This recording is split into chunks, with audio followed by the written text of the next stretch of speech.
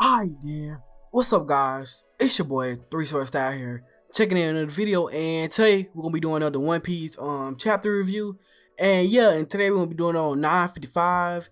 And yeah, in this chapter it was pretty much completely fire. Like, I enjoyed every part of the chapter pretty much, and I'll probably say it's like one of my top 20 favorite chapters in One Piece of all time. And yeah, and let's get into it.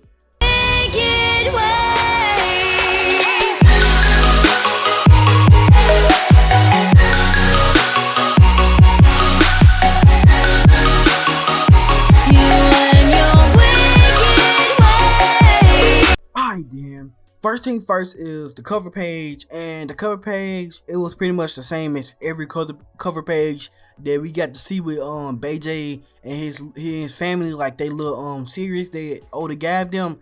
And yeah, and it's kind of disappointing to see Oda do this, because legit Oda has been giving us the same cover page. It's just been a ship in the ocean, and him giving us some type of description of what they doing. Like, I get some people like want to know what they doing, but you can at least show us a picture too to make us, you know, feel more satisfied with it. And yeah, and it's kind of annoying, but yeah. But in this cover page, they're going to Dressrosa and they're replenishing their supplies. And it'd be better if he just showed us a picture of them, like in the underground things replenishing their supplies, instead of him just showing us a picture of the ocean and the ship and like the cliff of the island. It'd be just way better him showing us like BJ interacting with like the King of Dressrosa, since BJ is like allied with Luffy, so that'd be way better. And yeah, and then after that we come back over to the actual chapter, and then we get to see Hiyori talking to Korematsu and Zoro, and she's pretty much just talking about that she's know the war finna you know, get ready to start, and she don't want to go visit everybody because she know if they see her they gonna get happy, and you know they're gonna be worried and want to protect her. So she just gonna just stay in where she at now and stay there and just hide until the war pass over. So yeah, and then after that we cut back over to Curry Brady Bridge, and everybody finds out that Hiyori is alive, and they kind of react in the same way she kind of thought they was gonna react. They was gonna react in like a happy way, and like pretty much all of them thought she died. And that's kind of sad, because like I just realized, like, throughout the whole entire like story, they didn't say nothing about her. Like, Momosuke, he haven't said nothing about his sister at all. Like, nobody haven't brought Hiyori up at all, because they thought she was dead or something. And that's kind of like, oh my god, like they didn't try to look for her or nothing. They just said, oh yeah, she dead, because you know, Korematsu couldn't protect her and he lost her. So everybody like, oh yeah, they just killed her off there quick. And yeah, and that's kind of savage. And then after that, Momosuke, he thanks Zoro because, you know, obviously Zoro protected his sister, and everybody remembering Hiyori as this tomboyish girl that was you know, bad and very physical, and, you know, just doing the most. But now she's actually like a woman, and it's been 18 years ever since they seen her, and obviously people change over time. And then after that, you know, my boy Sanji, you all know, getting salty as usual because of Zoro got Hiyori. But yeah, and then after that, we actually, you know, get to the good part of the chapter. We find out that Hihitsu, if I'm saying that right, he comes and to give them the sword and stuff, and he got both of the swords. And then after that, we get to see both of the swords. I'm not going to try to pronounce the name of the first sword that can cut through the heavens, because I'm not finna butcher that, but I pronounce the one that can cut through hell is Anima, if I'm saying that right. And yeah, and these swords right here look absolutely beautiful, and I just want to see how the anime gonna do it, because this crap is like really beautiful. And like I just like the design of Emma the most, but the other sword, it kind of like, you know, it's white, and it just does kind of give off that cool snowy vibe to me. I don't know why, but I'm thinking about that. And yeah, then after that we find out that both of them are a great grade sword. And yeah, and then after that, we find out that Mosuke, like, he's pretty much just, he's scared to get his sword, because to have this type of sword that got this type of reputation, reputation to be able to cut through the heavens, and you like a 9-year-old kid that don't know what to do with this sword, and you like, okay, what I supposed to do with this? But yeah, and then after that, my boy Zoro, you already know he takes his sword, and you already know he unsheaths Emma. He pulls it out, and then he ends up taming Emma for a while. But obviously, he got to train with the sword, because it's kind of like trying to take his life force, well, not his life force, but his haki, and it's kind of soak his haki up, and his body will get drained into a husk. So he obviously got to train with it. But my boy ended up cutting like the half of the coastal line in half, and that was fire right there. I'm not gonna lie, like, this is my favorite part of the whole entire chapter, to see Zoro like armor haki his hand up, and then the sword start draining the haki out of his hand, because it's that type of blade. And then after that, what pretty much happened is, he Hitsuka, I don't know how to say his man name, but he tells Zoro that this sword like was once tamed by only one man, and obviously, Zoro, my boy, he just ended up taming the sword instantly like it was nothing. But yeah, and then after that, we start to see, like I said, the sword drain his haki out of him, and that was like something that we really never got to really see, because with the curse blades, like with the one that Zoro already had, I don't know the name of it. I'm not even gonna try to pronounce it, or but yeah, and like that blade, we didn't really get to see Zoro like get the sword and it just drains his haki. First of all, Zoro didn't know Ormi haki, so he couldn't even do it at the time. And plus, the only thing Zoro did was throw the sword in the air and see if it was gonna chop off his arm or not. And if it missed, then the sword obviously had some type of way of being tamed by Zoro. So Zoro obviously tamed the sword.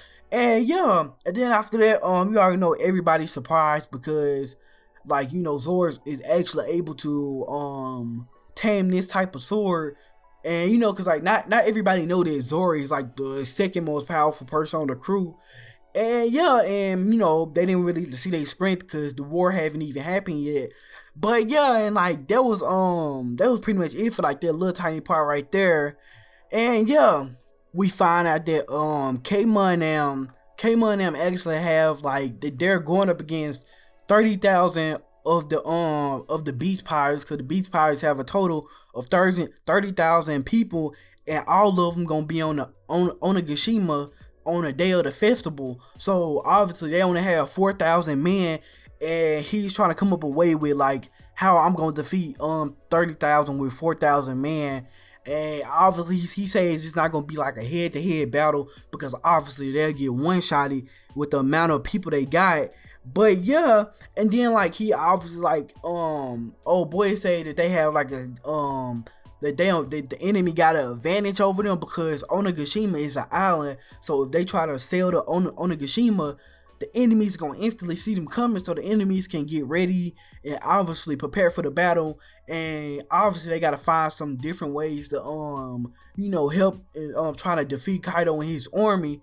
And yeah, and then after that we cut over to Itachi Harbor Bridge. And yeah, and pretty much Frankie and everybody is trying to build ships as fast as possible, because it's only like 3 more days into the actual war. So they trying to build as many ships as possible. And yeah, and then after that we cut over to the prison mines, and we see Luffy. He's training his advanced army haki and still trying to master it. And I like I don't know, it's not a theory, but like I kind of think he mastered it in his he mastered the advanced army haki in his regular form of him just army haki his hand up and punching something. But obviously he's trying to advance his haki while using Snake Man to be able to actually beat Kaido. And cause like Luffy can't do nothing in his base form against Kaido, so he always gonna go into some of his strongest forms and be able to use advanced ornament haki during them forms, and that's what I think he's trying to do. And yeah, and then after that, we see Momosuke and Zoro training, and that's like kind of like that's pretty cool to see them training. And yeah, then after that we get a 1 day time skip, and yeah, and then we find out that K-Mon they actually have 4,200 men, and they're trying to obviously trying to get more to build their numbers up. But yeah, and after they got the the 1,400 man, and then like they're also looking for Law, because Law was fighting against X Drake and Hawkins, and they still looking for him, because like where he at now, he should be back by now.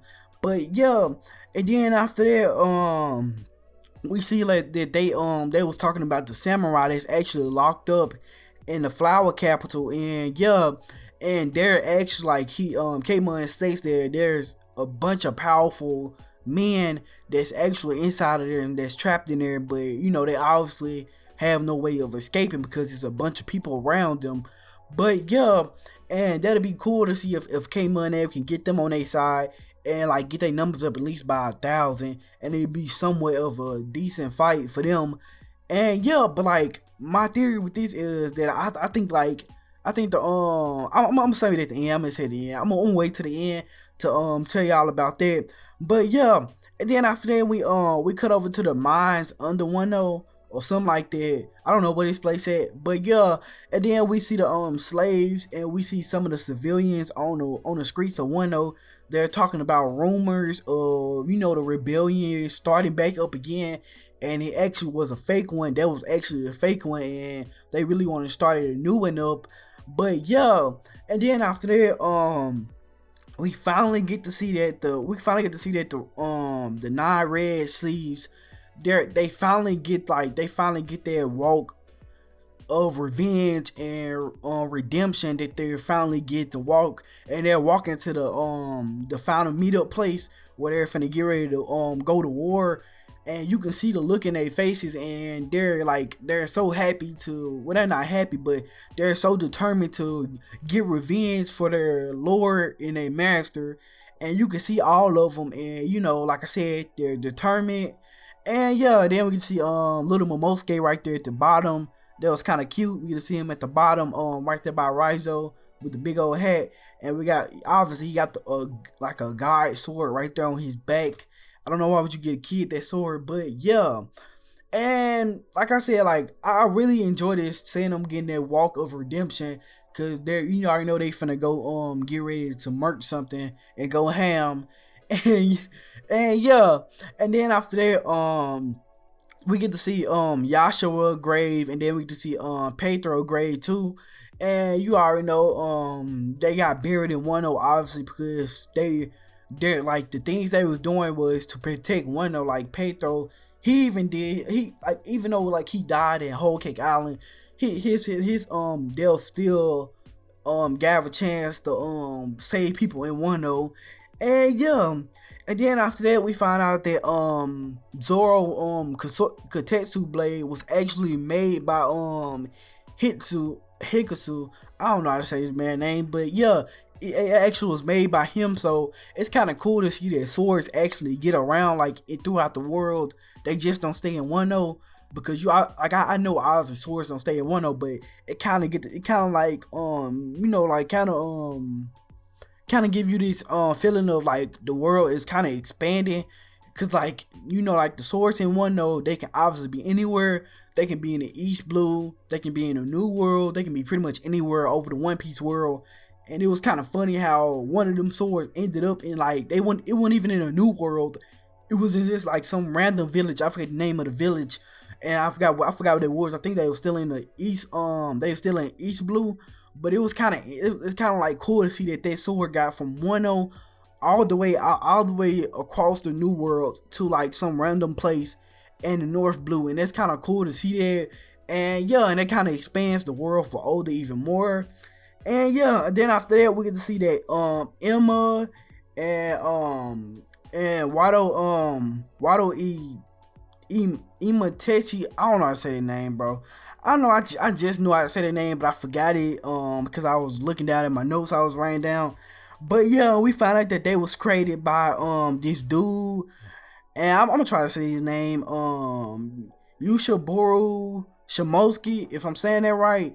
And yeah, and we found out that he actually created both of them swords, and that's pretty cool to see that. And then they say that he left Wano, well, he illegally left Wano 50 years ago. So somehow, like, he somehow either like, I like the like Zoromaster. I think Zoromaster either knows him or Zoromaster is him.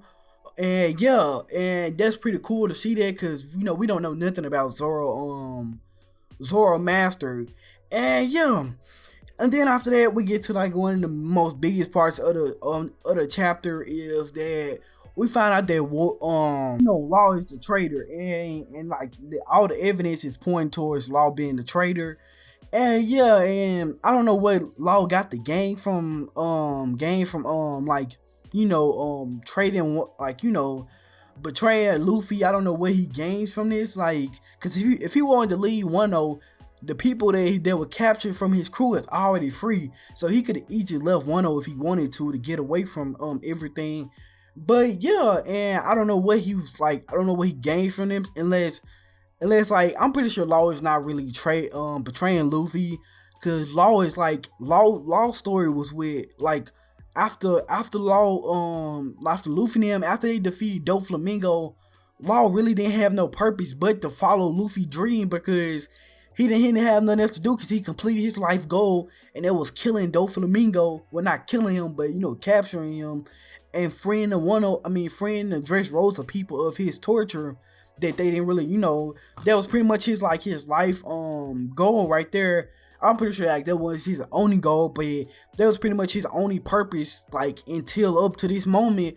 And yeah, and I was like, wow, like, just, he obviously stayed an ally with Luffy and followed him to defeat all the Yonko, and obviously why would he betray them? So that's why I'm like, Law is trying to double cross them, and obviously he's still working for Luffy now, but he's giving the he's actually giving the Shogun accurate information, but you don't know, they probably got like something set up, or it's some type of plan Law got in action that he's ready for.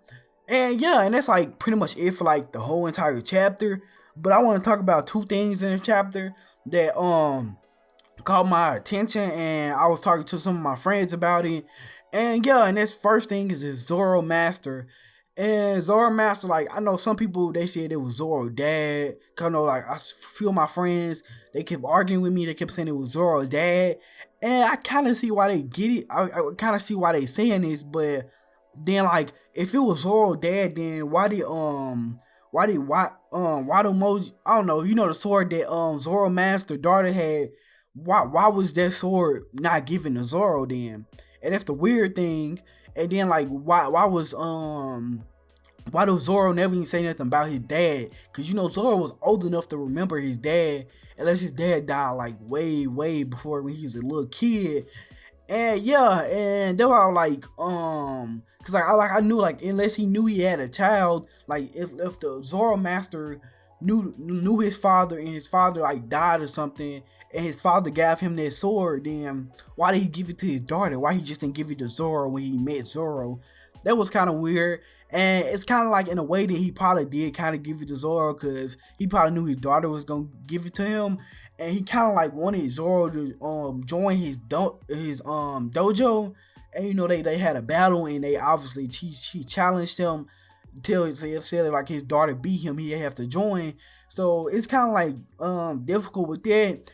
And then some people say his master, and I lean towards more in this one than his like dad, because I don't know, I don't want it to be Zoro's dad, because we already got Sanji, and Sanji parents, we already know who they were, but I don't want to just be a repeat of being somebody's father, and they being like a very known person. I just want Zoro appears to be some nobodies, and Zoro Master was actually the person who was actually powerful, and came from Wano.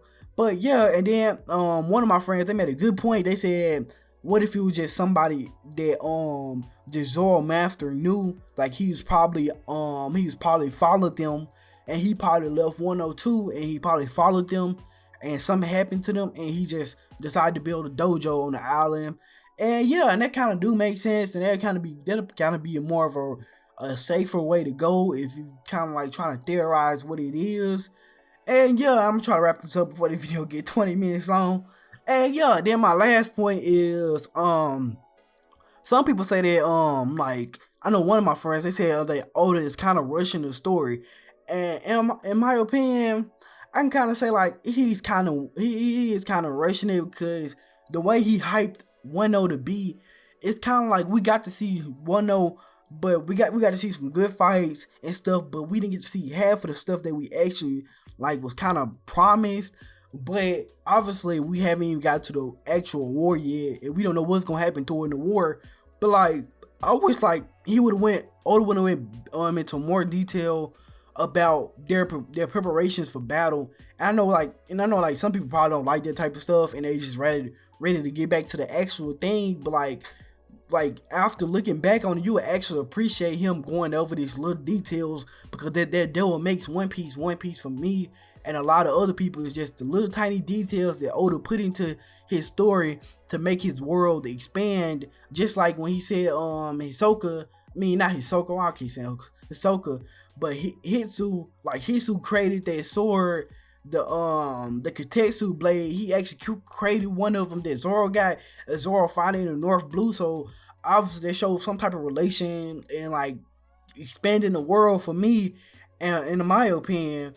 So like I kind of say that Oda is kind of rushing it, because we didn't get to see too much, and Zoro still haven't got that character development that I'm looking for. Like Sanji, he got a little character development, but he didn't get enough to the point where he was a changed character. It's like in every person's like how do I say this, and they're like many like their own arc, they get character development. Like Robin doing I forgot the name of the arc, but she got character development doing that arc. And then obviously Nami, she got her character development doing Fishman, the Fishman arc, where they was, Arlong, that's what I think his name of the arc. But yeah, and I just want to see Zoro get that type of character development, because you obviously know Zoro is my favorite Straw Hat, obviously by my name. But yeah, and that's pretty much it for this video. I know this video will be like 20 minutes long or even longer than that. But yeah, and I always why I made this long, because this chapter was actually very good, even though the cover page was pretty much garbage. But other than that, everything else was good. I kind of did want to talk about more, but I probably make separate videos on some of these topics, because like some of these topics I can go on and on and on forever. Like with Zoro Master, with the theory of, is Zoro Master actually the dude that created them swords, and he just decided to settle down in some random island in the East Blue or something like that. And yeah, and that's pretty much it for this video. Y'all already know it's your boy 3 Style. Leave a like, leave a comment about something about the chapter or something, whatever you liked, or you just want to talk to me. And yeah, and you already know, hit the notification bell and hit the sub button. And like I said, it's your boy 3 Style, and I'm out. To the tune, till I'm dead. Don't want room, I might go, but I don't want friends. To the tune, till I'm dead. Don't want room, I might go, but I don't want friends. You was acting like you don't remember me, keep the same energy.